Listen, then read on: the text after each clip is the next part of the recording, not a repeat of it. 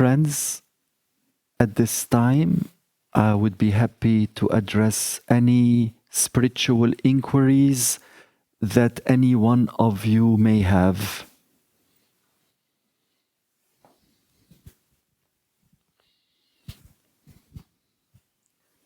Hello. Hello, Tarek. Thank you for coming today. So I have a question about PLMs. So Ishwar would say that a PLM could take the world to Sachkhand with just the lift of his pinky or something like that, to that effect. But then you also hear that in order for a PLM to take on somebody's karmic load, he would become sick or fall ill due to that karma. So to me, it seems a little contradictory. It seems like maybe the PLM wouldn't have to necessarily get sick or show that, but chooses to. It's just a little confusing for me. Thank you. The perfect living master's love is infinite, but it only responds to the soul's longing. The perfect living master normally has a list of marked souls, and his role is simply to come to the physical world, Pinda, and to initiate all the souls whose names are on his list. Now, out of his love and out of his grace, sometimes he spiritually initiates individuals who may not necessarily be ready at that time, but he does it anyway, and therefore he takes an extra load of karma from them on him, and that's why he sometimes falls physically ill, whether it is a common cold, whether it is a cough, or whether it is some kind of a headache or anything in this regard. Please understand that when the PLM of the highest order spiritually initiates a soul, this soul's Sanchit karma has already been wiped out by the perfect living master. But this seeker who becomes an initiate has to take care of his or her Prarabdh karma, which is destiny karma, as well as the Kriyaman karma, that is the present karma. So these two types of karma, they are the responsibility of the initiate. However, sometimes, again, the perfect living master would initiate a disciple, even though he or she may not be totally and completely ready at that time. And then out of his love and grace, he does take part of the Prarabdh karma and possibly part of the Kriyaman karma of that particular individual. And that's why the PLM may fall ill shortly after the spiritual initiation. Does this answer your question, sister? Yes. So the PLM can burn Sanchit karma, but cannot burn the other two types of karma. It can. It can burn any type of karma, but the rule within Sant Mat, the principle is that the perfect living master of the highest order, that is the Param Sant Sadh Guru, will automatically burn the Sanchit, that is the reserve karma of that particular initiate. Then the perfect living master would tell the initiate that the Prarabdh karma or destined karma, as well as the Kriyaman karma, which is the present karma, these two karmas are the responsibility of the initiate. However, sometimes the perfect living master would also burn some of these two types of karma out of his love, out of his grace for this particular disciple, and then the perfect living master's physical body will fall sick shortly after the initiation. Now, the perfect living master does not do it to all disciples. He does it to certain disciples out of his love and his grace. So does the PLM have to become ill because of the rules of call? So, in the grand scheme of the divine play, there is some agreement between Dayal, that is the perfect living master of the highest order, and Kal, that is the supreme ruler of the three lower worlds. Kal's job is to administer the three worlds, physical, astral, and causal, including Trikuti, which is the highest region of the causal world. He also is responsible of karma.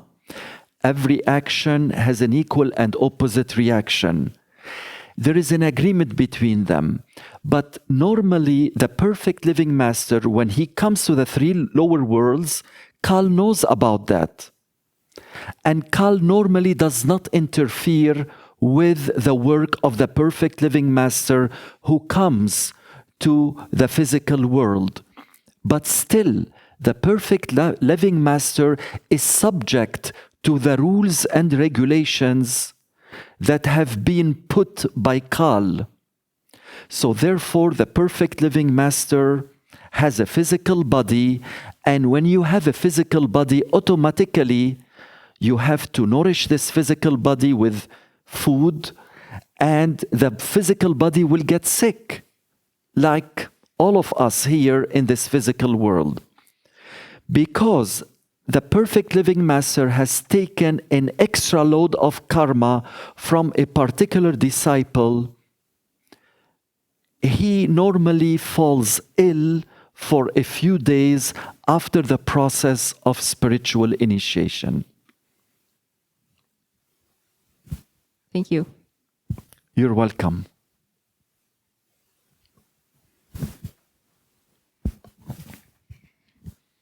Hi, sorry, just to clarify something, because that was an excellent question. You said that a perfect living master could fall ill after initiation. Is that because he's burning the Sanchit karma?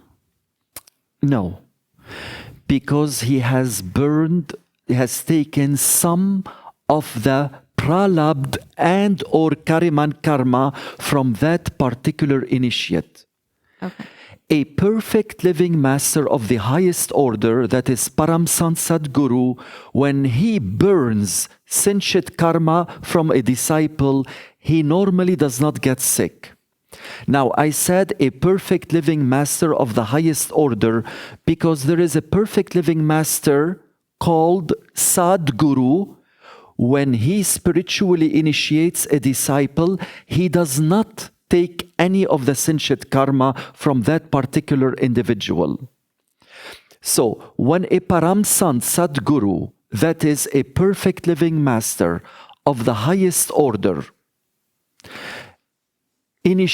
accepts a disciple to be spiritually initiated by him, he automatically wipes entirely his Sanchit karma. And that process does not make the perfect living master of the highest order, his physical body does not get sick. But if he takes part of the Prarabdh karma and or Kriyaman karma of that particular initiate, then yes, that is going to make the perfect living master's physical body get ill, and it normally happens shortly after the spiritual initiation. Thank you. A few follow-up questions. The Kriyaman karma is created by our own intentions and actions, correct? Yes. So when the perfect living master takes the Kriyaman karma, or part of it, is he also taking it for the intentions and actions that the disciple will make in the future? Yes, that is correct. if, and that doesn't happen very frequently in Santmat philosophy, but sometimes out of his love and grace. And again, it's not for all disciples, it's for disciples, say, of the inner circle of the Master. If the perfect living Master of the highest order takes Kriyaman karma, part of it, not all, obviously, part of it, that means that something was supposed to happen in the future and that prevented that thing to happen for that particular individual. Meaning that it changed that individual's actions as well? Yes, that is correct. But again, this is all part of the script of creation. So when a individual leaving Sachkhand decided to come back, to return back to the three lower worlds because he wants to be with his beloved. And his beloved told him, I'm going again to embark on another adventure.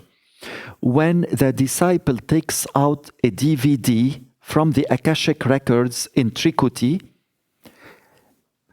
even that particular thing, which is the perfect living Master, will take part of the Prarabdh karma or the Kriyaman karma from that particular initiate. It's all part of this DVD. It's in the script. Okay, that makes sense. Thank you. Just one more question is, for example, if somebody is initiated, their Sanchit karma is automatically wiped out. But say their destiny was that their life was going to be cut short, right, for XYZ reason. And Master changes that person. Like I can tell for myself, my life was definitely saved by Master. Now, what happens after that period? Does Master create further years of life? Where is that karma coming from? Because Sanchit is already wiped out. So, sister, to answer your question, this comes from the Prarabdh karma, destiny karma. Say, for example, the perfect living Master of the highest order has completely wiped out your Sanchit karma, that is the reserve karma, from thousands of years or whatever, hundreds of years of karma that you have accumulated with the endless cycle of birth and death. There is no more reserve karma. It's gone at the time of spiritual initiation. But the Prarabdh karma, your destiny, say for example, your destiny was to live a limited number of years in this physical life, and say that the Master has modified that out of his love and grace for you. This is when the Master will take part of your Prarabdh karma, gives you additional physical years in your physical life, and then shortly after spiritual initiation, he may have fallen sick for a few days because that karma he was not supposed to take. So, and because he abides by the rules and regulations set by Kal in the three lower worlds, he does have some leeway, but not totally and completely. So that's why if a Master falls sick after spiritual initiation, it's not because of the Sanchit karma normally. It's because he has decided out of his love and grace to take part of the destiny karma and or the present karma of a particular initiate. Okay. So the Prarabdh karma, if somebody's life is supposed to be cut short, does their Prarabdh karma include their life as a disembodied spirit? That was the original life? This embodied spirit only happens, sister, if a person got killed or had a terrible accident or decided to take their own lives. That person who has committed suicide or was brutally killed or had a horrible accident, they will become a disembodied spirit. Now, there are exceptions to the rule, but normally an initiate of a perfect living Master of the highest order rarely gets killed and rarely will take their own lives. But if they decide to take their own lives for any reason, or if they get brutally murdered because of their prarabdh karma, then yes, they will become a disembodied spirit for a certain number of years. Then they have to be reborn to Pinda, to the physical world, so that they can be reinitiated by a perfect living master and restart their journey from the physical world to Sachkhand, our true home. Thank you. I understand that. I understand also karma is complicated, and you're trying to simplify it. But what my question really is that the prarabdh karma that was reduced or modified or taken by the master of a disciple who was supposed to have their life ended early, that prarabdh karma, did it include only that particular physical life up until the point of physical death, or also years after that? No, only till the physical death. And that's my question, is because then where is the karma coming from for when the master saved that disciple's life? Then after that, where is the karma coming from? The present karma. Okay. Karma is a very interesting topic, and the mind sometimes cannot fathom karma, but normally there are three types of karma. We all know that. Reserve karma, which is completely wiped out by a perfect living master of the highest order. Then there is the prarabdh karma, and then there is the present karma, what you are creating at the time of initiation until your physical departure in this physical life. You are going to create karma. This karma is going to be created regardless. And the perfect living master normally does not take the Kriyaman karma, does not. Again, there are exceptions to every rule. Sometimes he does take part of it out of his love and grace. So to answer your question, sister, and if you remember, Ishwar Puriji always told us that when a soul gets initiated by a perfect living master of the highest order, they have up to 4 physical lives, up to 4 times to return back to Pinda. But then most of them, they don't. Most of them, we don't know which life is this. You may have been initiated by a perfect living master in a previous life. And that's what Ishwar Puriji said. So therefore, we should not count this life as the first physical life. It could be the second, it could be the third, it could be the fourth. We do not know. But therefore, we have up to 4 physical lives to return back to Pinda. But then after that, whatever karma you have, you need to burn it in the astral world and or in the causal world. Remember, sister, the physical world, you create and you burn karma. The astral world and the causal world, you can only burn karma. You cannot create any karma over there. So therefore, as a rule of thumb, most of the spiritually initiated souls of a perfect living master of the highest order, normally when they get initiated, they do not return back to the physical world. When the physical body dies, the soul is going to meet its master and they're going to make a joint decision how to proceed going forward. Whether the soul needs to go to the astral world and finish burning the karma there, or it has to go to the causal world and finish all the karma there. And then regardless of what decision they make, the master is going to be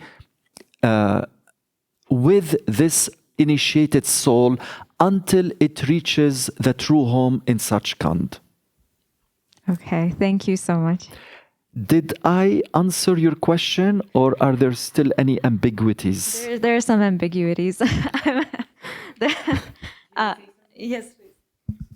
So correct me if I'm wrong, but in a way, extending a person's life is a huge grace, because that which they would have to burn in astral or causal they're given the opportunity to burn it off here, and maybe faster here. I don't know. So everybody has to have karma, because I can think of even myself since initiation, the amount of times that, I have stewed on a mistake or that I still feel guilt, right? And that's creating karma, I think. So it seems to me that the longer I live, the more likely I will be to, hopefully the grace will continue to come so that I can burn this off. You are exactly correct, sister. Yes. So, again, it happens to certain initiates whereby the master decides to give them an extension in physical life so that they can go ahead and finish the karma in the physical world instead of finishing it in the astral world and or in the causal world. Or coming back. Or coming back again, because as I mentioned, up to 4 physical lives, the soul, after it gets initiated by a perfect living master of the highest order, they have up to 4 physical lives, including the one when they got spiritually initiated. So, if, say, for example, they have done something not very good and it created a huge Kriyaman karma, they probably have to return back to the physical world a second time. Or if they have not fulfilled totally and completely their worldly desires in Pinda, they may have to come again for a second time to the physical world. That is correct. Thank you. That does actually answer my question. So the Prarabdh karma is then from the point of initiation, the very first initiation, to the point of returning home? No. Prarabdh karma starts at the time of the physical birth. When, actually before that, Ishwar Puriji said, 3 months after the embryo develops in the womb of the mother, the soul comes. This is the time when Prarabdh karma starts. From when the fetus, when the embryo becomes a fetus in the 3rd month and the soul has come to the fetus, this is when the Prarabdh karma starts until the physical death in this life. This is Prarabdh karma, your destiny. Where are you supposed to be born? Who are going to be your parents? Whether you're going to remain single or marry? Whether you're going to have children? Whether you have completed high school? What university you have graduated from? What line of work are you going to do in life? Whether you're going to have a career? What physical illnesses are going to happen to you during this life? This is all Prarabdh karma, also known as destiny karma. So it starts from physical birth, even before when the fetus is developed in the womb, until the physical death of that person. Thank you. And so what do you call the karma that you just have to burn off in astral or causal? It is a mixture of Prarabdh karma and Kriyaman karma that the spiritually initiated individual has still to burn in the astral world and or the causal world. Obviously, there is no more Sanchit karma. Mm-hmm. It has been completely wiped out by the perfect living master of the highest order. Again, of the highest order. But say, for example, you did not finish burning your Prarabdh karma and or your Kriyaman karma in this physical life. And say, for example, after you leave this physical body in this life, your soul is going to meet with your perfect living master, and you decide that you still have some Prarabdh karma to burn and some Kriyaman karma to burn, and you tell Master, I don't really want to return back to Pinda, then there will be a joint agreement. He's not going to force you to go to the astral and or causal. Again, I would like to emphasize, it's a joint agreement between the soul of the initiate and your perfect living master. A joint agreement, what would be the best course of action? To go to astral, finish burning your Prarabdh and or Kariman karma, or go to causal and finish burning it there as well. Okay, thank you. Sorry, I know I'm hogging this. There's so imagine there's a somebody who gets initiated, and it's their first lifetime being initiated, right? And their perfect living master burns their Sanchit karma, so all they have is their Prarabdh and their Kriyaman karma left. Now, obviously, everything is pre-written ultimately, and the master knows everything. So that particular person, they may not have just the Prarabdh karma for that life. They may have still for, to come. They may still have to come back for 3 more lifetimes in Pinda to get rid of all of this Prarabdh and karma. But why do they have to have more Prarabdh karma? I don't know if I'm making sense. Why is it not that after initiation that they only have Prarabdh karma for 1 life? Why do they potentially have to have Prarabdh karma for up to 3 more lifetimes? Because it is their karma. Because this is the DVD that was picked up by that particular soul before they decided to return back to the 3 lower worlds. And in that particular video, it mentioned that this particular soul, it's going to get initiated in this particular physical life, but then this soul will return back 3 more times to the physical world before they ascend and go to the astral, causal, spiritual, and eventually Sachkhand. Okay. It's all part of the script, sister. Eventually, you realize when you reach Sachkhand that everything was you. You have picked up your script. You have picked up your script from the Akashic records, because the soul, when it wants to return the 3 lower worlds, especially to Pinda, you have to have a script. You have to have karma. Without karma, we cannot be in this physical world. So karma plays a very important role. And Kal administers karma. But when a soul gets initiated by a perfect living master, then the access from Kal gets broken, and now the access is with the perfect living master to this particular soul. Thank you so much. So I'm assuming that this is the amount of time that it's going to take for the soul to be purified, for the mind to be tamed, to eventually return home. So that's the thing with initiation. A disciple is initiated, somebody is initiated, then master burns all of the Sanchit karma, but he keeps a chunk of Prarabdh karma. And that correct me if I'm wrong, that Prarabdh karma is what is necessary for that soul to be purified enough to reach Sachkhand? Yes, absolutely. Now, the perfect living master is omniscient, omnipotent, and omnipresent. Technically, he can wipe out the entire Sanchit karma, Prarabdh karma, and Kriyaman karma for a particular disciple. But then if he takes out the entire karma, the soul cannot have any more a physical body. For a physical body to be in this physical world, you have to have karma, sister. Remember that. You're telling me, why does the perfect living master wipe out the reserve karma, but he keeps Prarabdh karma and Kriyaman karma? You have to have some karma to function in this world. Without karma, you cannot be here.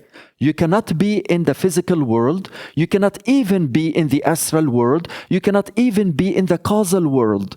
These 3 worlds need karma. But again, physical world, you are creating and burning karma. Astral world and causal world, you are only burning karma. So if you want to be beyond karma, then we are talking about Par-Brahm regions, to include Daswandhawar, the 10th gate, Mahasun, the great void, and Bhanwar Gupha, the revolving cave. At the revolving cave, the self realizes itself, and then, but it's not, you have realized yourself, but you have not realized yet totality of consciousness. So you still need one more step to go to Sachkhand. So again, karma is important. When we talk about karma, we feel it has a negative connotation. Not necessarily. There is a positive karma and there is a negative karma. But karma is necessary here in the physical world. It is important. So that's why the perfect living master decided, okay, we'll burn out the reserve karma. We will keep the Prarabdh karma and the Kriyaman karma for that spiritually initiated individual so that they can carry on in this life. Thank you. So hypothetically speaking, if the master wipes out 100% of all karma, would the soul be stuck in Parbrahm and not be able to reach Sachkhand, or? Yes. Okay. It will be stuck in Parbrahm, and it does need to go one step further. So that's why the perfect living master normally don't do that. They may take a little piece of your Prarabdh karma and or a little piece of your Kriyaman karma, but he will not wipe out all karmas. Otherwise, you will go to Parbrahm, to the tremendous region of pure consciousness. Yes, you will enjoy bliss.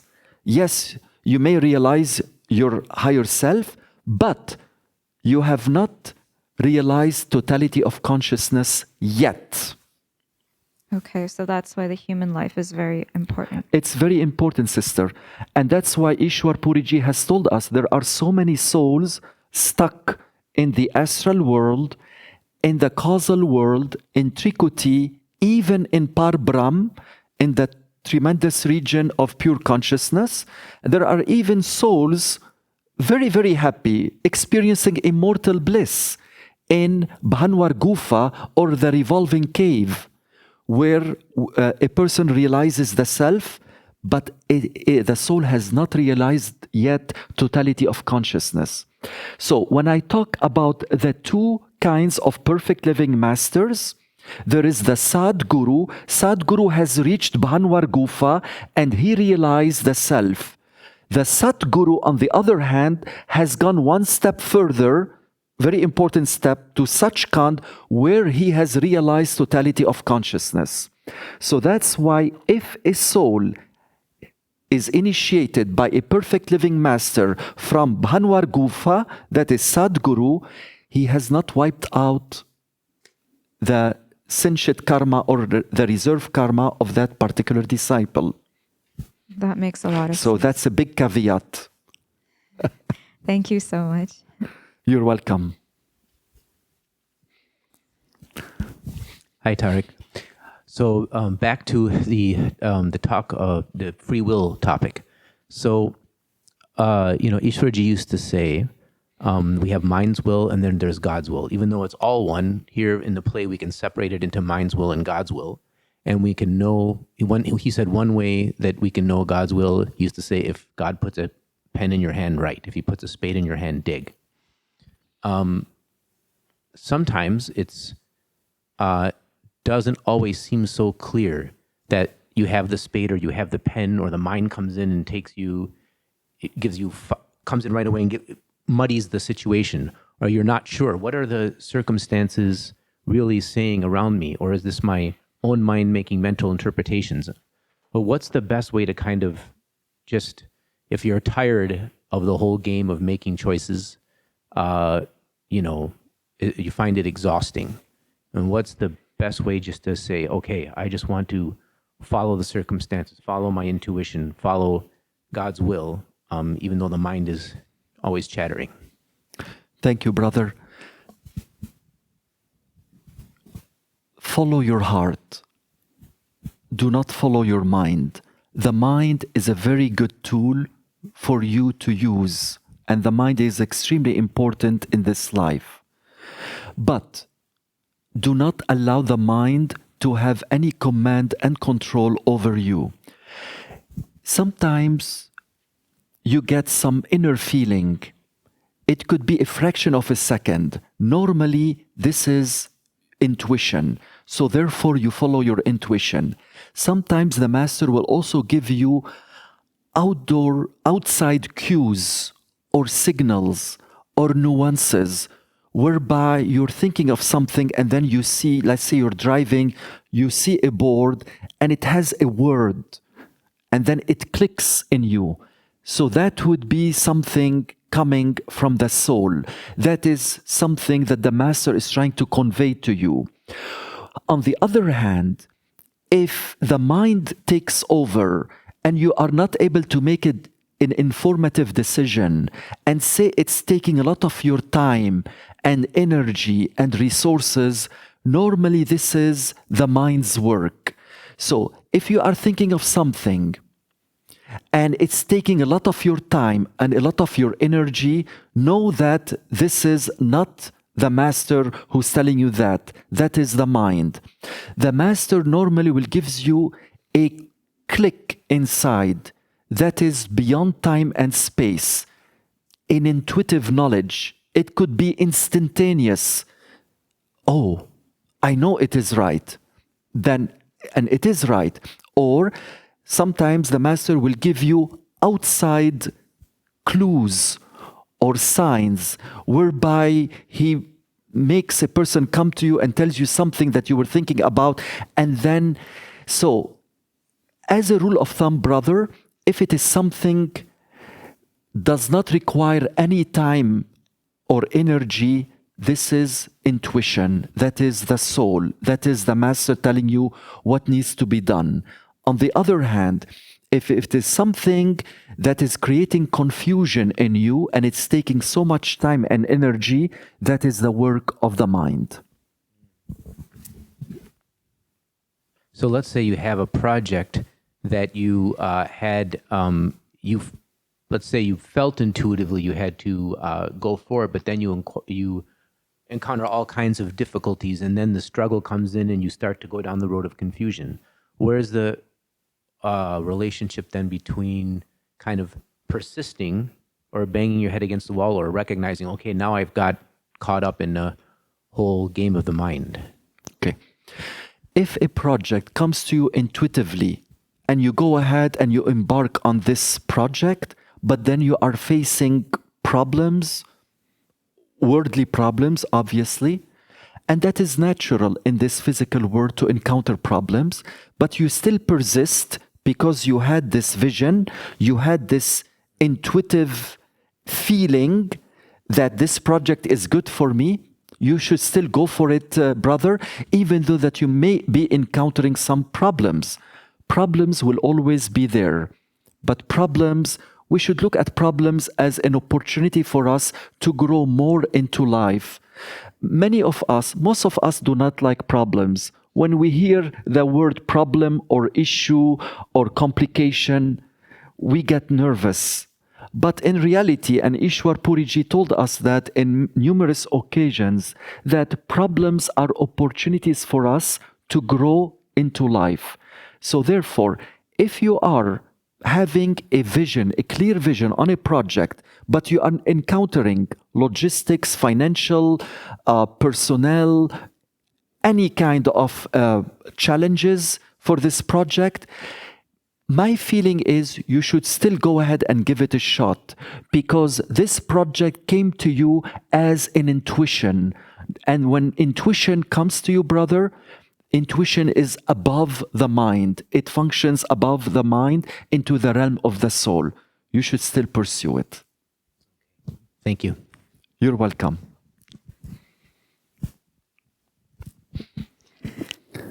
So I'm wondering, just to change the course of the conversation again, I'm wondering if you would be willing to talk about family karma. You love our families, and being in a family is complicated, right? And I think I often struggle knowing how much obligation do I have toward my family. I don't want to say anymore. I just want to say, can you talk about the nature of family karma? Sister, family, there is no family karma per se. Family karma is part of the Prarabdh karma. When you have picked up a DVD in the Akashic records, you knew what is going to happen. So you may not remember right now, but once you reach Sachkhand, the memory of wholeness will come to you, and you realize that you have knowingly picked up that DVD. The Satpurush or the absolute supreme being did not pick up the DVD on your behalf. He asked you to pick up one and you did. So family karma is part of the Prarabdh karma, who are going to be your parents, your your grandparents, your great grandparents, whether you're going to have children or no children, who are going to be your siblings, your uncles, your aunts, who is going to be your husband, your father-in-law, your mother-in-law, etc. These are all parts of the Prarabdh karma, which is basically what you are living now, your destiny karma. So that's all I have to say about that. Now, one important thing that I would like to bring to everybody's attention is Ishwar Puri Ji had made it clear that once a person gets initiated by a perfect living master of the highest order, you have positively impacted 7 generations before and 7 generations after this physical life. This is how powerful the spiritual initiation conducted by a perfect living master of the highest order. Meaning that even though that your siblings and or your parents may never be interested in spirituality and or in Santmat philosophy, eventually they will be because of you, sister, because you have been accepted by a perfect living master of the highest order. So know that just the fact that you are a spiritually initiate by a perfect living master, you are positively impacting your entire family, 7 generations before as well as 7 generations after your physical life. Make no mistake. So whether you're having issues and or problems with the family, it doesn't matter. Whether they are supporting you or not supporting you in this spiritual path, it does not matter. Whether they like your vegetarian diet or not, it does not matter. They're going to be positively impacted no matter what. Does this answer your question, sister? Yeah, thank you. You're welcome.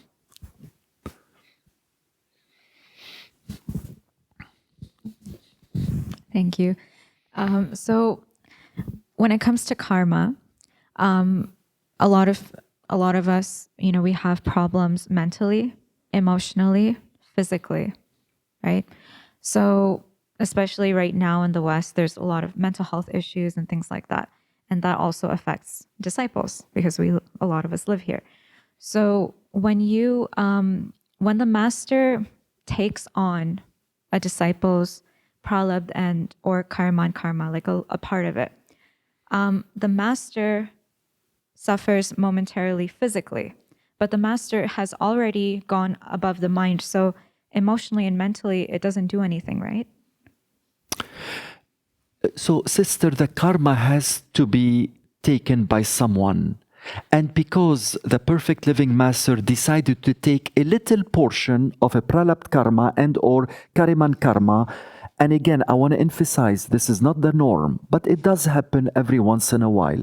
If he decides to do that, we cannot find out exactly what kind of Prarabdh karma or Kriyaman karma has taken. It could be physical, it could be mental, it could be emotional, it could be financial. We do not know. And we will not know until he tells us in such kind what was it exactly that he has taken. Because he has taken something, between quotations, he was not supposed to take, Kal told him, Master, I understand you have wiped out Sanchit karma, and that's part of the agreement. But you have taken some part of Prarabdh karma and some part of Kriyaman karma from this initiate. So therefore, something has to happen. So the perfect living master is aware of it, and he does it cheerfully out of love, out of grace to that particular initiate.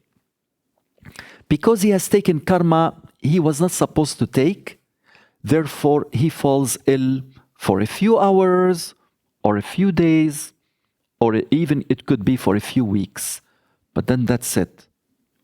Okay, so this, say he took a part of a karma that was related to depression. He's not going to have these symptoms of depression. No, it doesn't work this way, sister. No.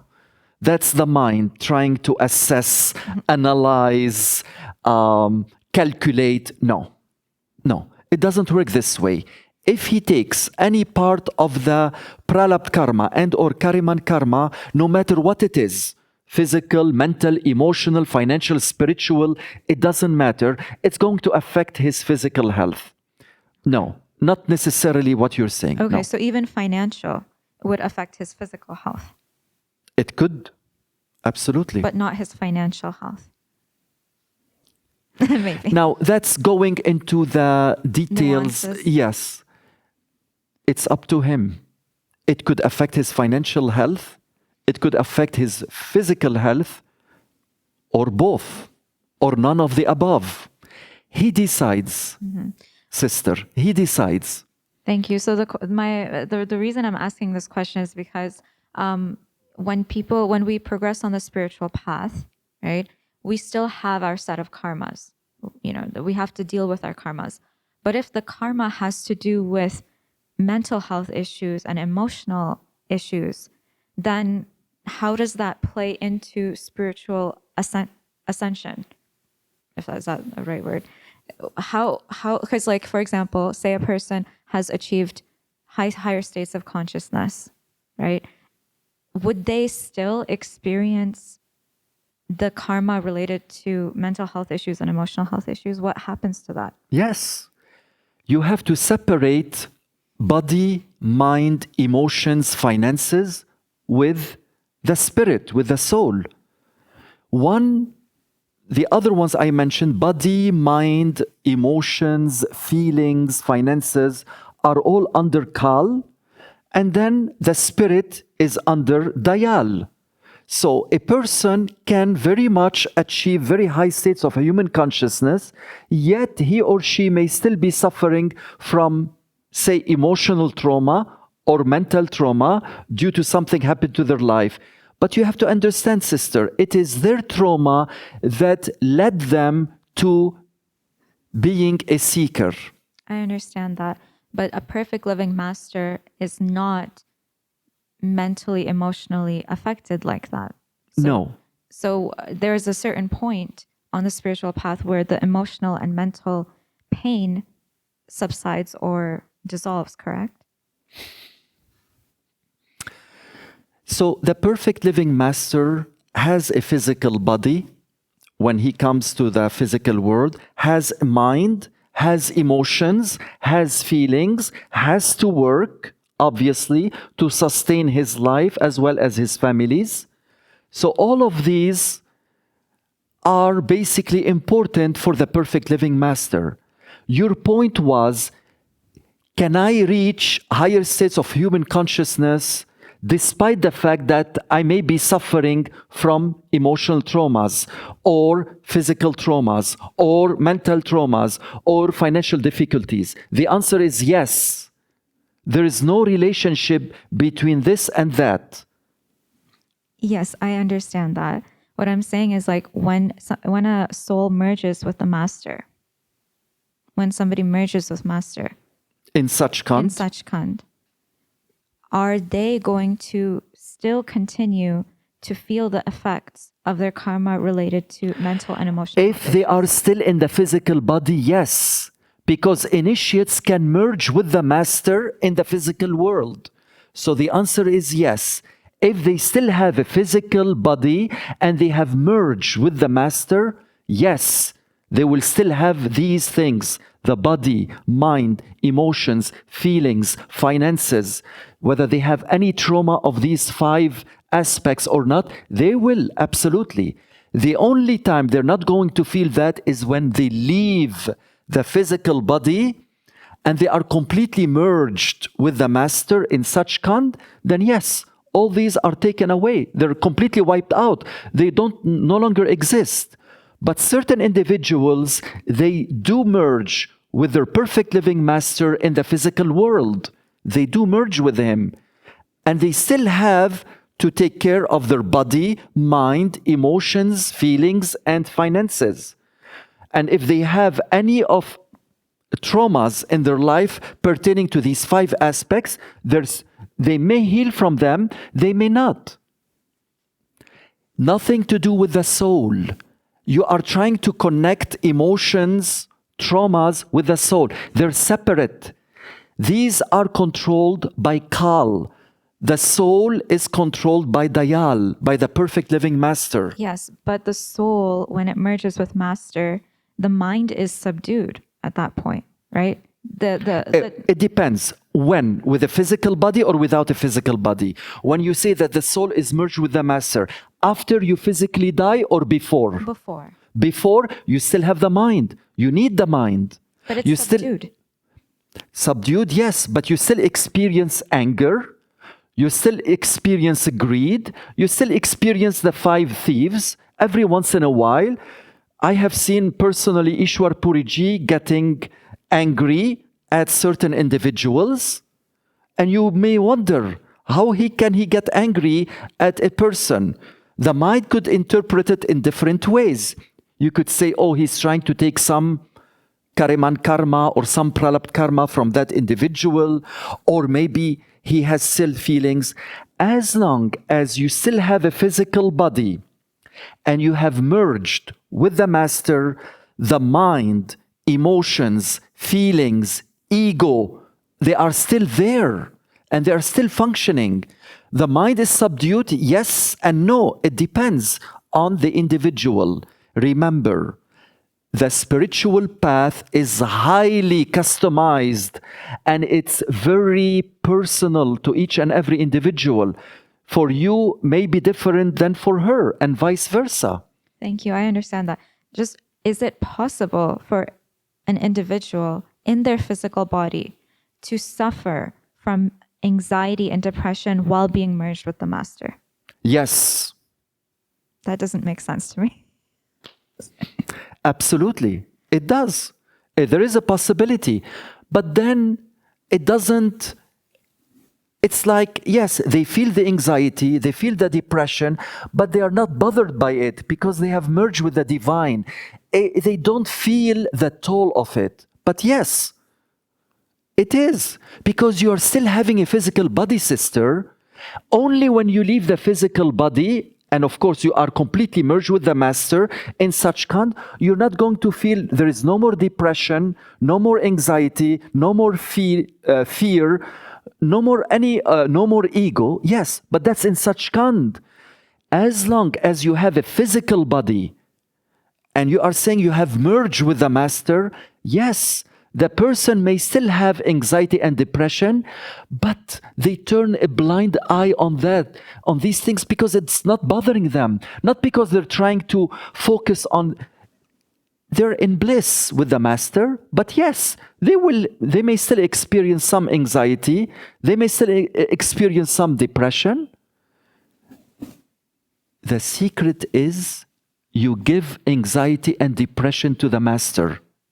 So when you say you have merged with the master in the physical body, tell him, Master, take my anxiety and my depression. He will cheerfully take it for you. So the disciple doesn't experience. Correct. If you make a decision that you are giving self out of love and to the master, all your negative things, including anxiety and depression, he takes care of that for you. And what about anger, sadness, etc.? All of these, he'll take care of that for you. But if you are merged with him and you're telling him, I will deal with this, master. I don't want you to be affected. He'll tell you, sure, go ahead. You can still have sadness, you can still have anger, you can still have fear. But if you give all these feelings, all these emotions to the master, all of them, beyond any doubt of your mind. It's not a mental trick. Okay, master, I'll give you these emotions for today. Tomorrow I'll think about it. It doesn't work this way. There is no gray area in spirituality. So you give everything to him, but if You give everything to him, he'll take care of that. but if you're physically sick, your body still suffers from that. You can't give that to master. You have to be physically sick so that you can leave the physical body, right? How are you going to leave the physical unless, God forbid, somebody physically tries to kill you, or you have a traumatic accident and you are physically dead. You have to be physically sick, sister, at one point in your life so that you can leave the physical body. This is a reason for the physical body to leave the physical world, right? Okay. So basically the conclusion is, yes, you do have to go through these karmas, but you don't feel it because you've given it all to master. You don't feel it. You have given everything to the master. Even when you are merged with him, you give it to him. You give all these, what you mentioned, fear, anxiety, depressions, sadness, whatever, traumas, give them to the master. Give them to him. But when you do this decision, you have to do it from your soul's perspective, not from your mind. It's not a mental trick. It's not a mental game. You give to the master all these negative emotions and feelings, and he will take care of that for you on your behalf. And what does it mean for him to take care of it? He burns it or he puts it onto himself? You don't worry about that. Master knows best. Now the mind is trying again to analyze, to assess, to criticize, to calculate. What's your problem? I mean, he's going to take care of that for you, right? So who cares? How is he going? Master, how are you going to handle that? He'll handle it. Okay. He's omniscient, he's omnipotent, he's omnipresent. Let him do his work. Do your work. Your work is give all these negative emotions and feelings and traumas to him. Genuinely, authentically, not a mental game. He'll take care of that for you. But eventually, at one point in your physical life, you are going to become sick so that you can leave the physical body after a number of years. And that would be the excuse for you to leave the physical world. And you'll know. The master will tell you, okay, you are going to get sick because you are approaching the end of your physical life in this physical world. You will know that. Okay. Thank you so much. That answers a lot of my questions. You're welcome. One minor follow-up and then another question. That completely made sense what you were saying, that we have a body, and even if you're a master, you have a body and you have to go through all of these things. I remember, and now as I'm asking a question, I maybe think of the answer, but Ishwarji once said, someone asked him, do masters get angry? And he said, they can pretend to. And what did he mean by that? If it sounds like he's not experiencing, they don't necessarily experiencing the anger, but then again, he gave everything to great master, gave all his problems, his worries and everything. You take everything and give me only the goodies. So maybe that had something to do with it. You are exactly correct, brother. What Ishwar Puriji meant by pretending to be angry is because he has given all his negative emotions and feelings to the great master, Huzur Maharaj Baba Sawan Singh. And therefore, he doesn't have any more anger. He doesn't have any more fear. He does not have any more anxiety. He does not have any more depression. He does not have any more sadness. So therefore, brother, Ishwar Puriji can pretend to be angry, but is he actually angry?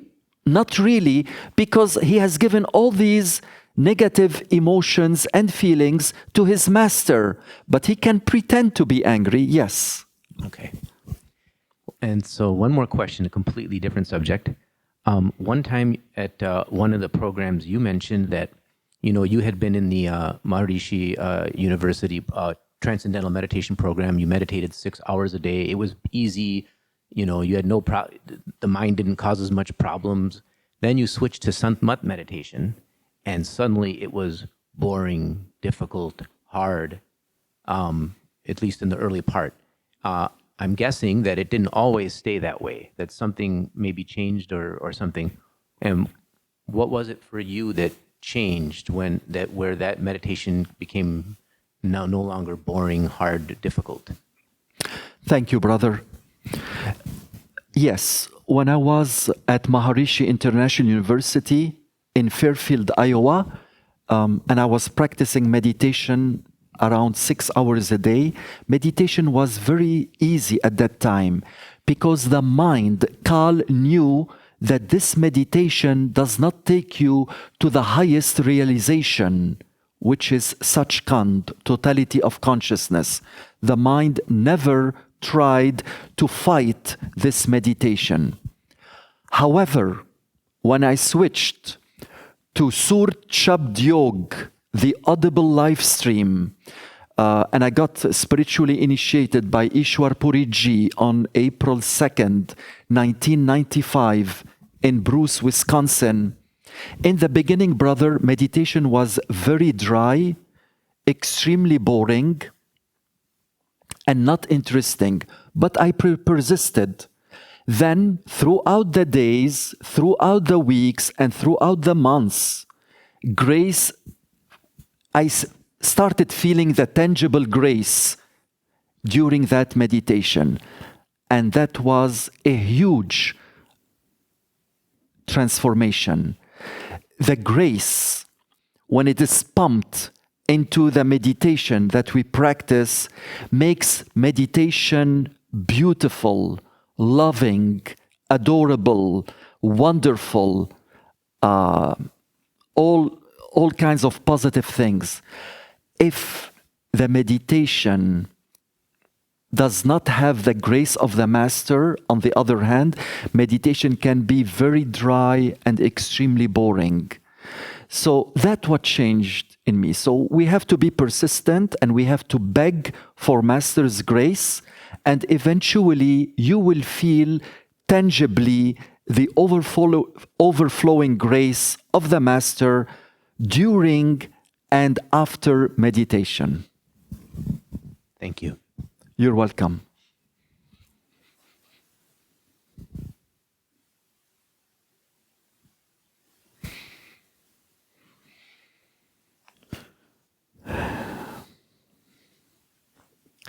Friends, this concludes the Q&A session. I would like to thank each one of you for graciously coming today and attending this spiritual event. We still have to distribute prasad, and also I will be conducting any personal meetings if necessary. Any one of you who would like to have a personal time with me, I would be happy to do that before I leave the greater medicine area. Thank you again for coming today, and may the love and the grace of Ishwar Puriji be always bestowed upon you. Thank you.